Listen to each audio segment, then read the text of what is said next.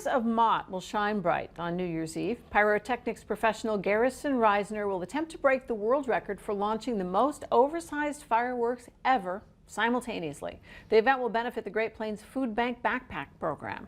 The Hettinger County Activities Association and Reisner's company, Pegasus Illumination, organized the fundraising event.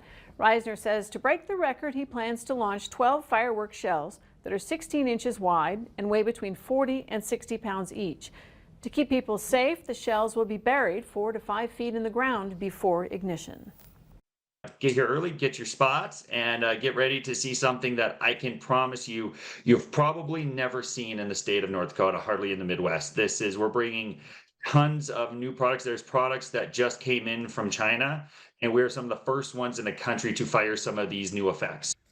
The fireworks show begins at 10 p.m. The live auction will start at 7. One of the auction items is the opportunity to press the launch button.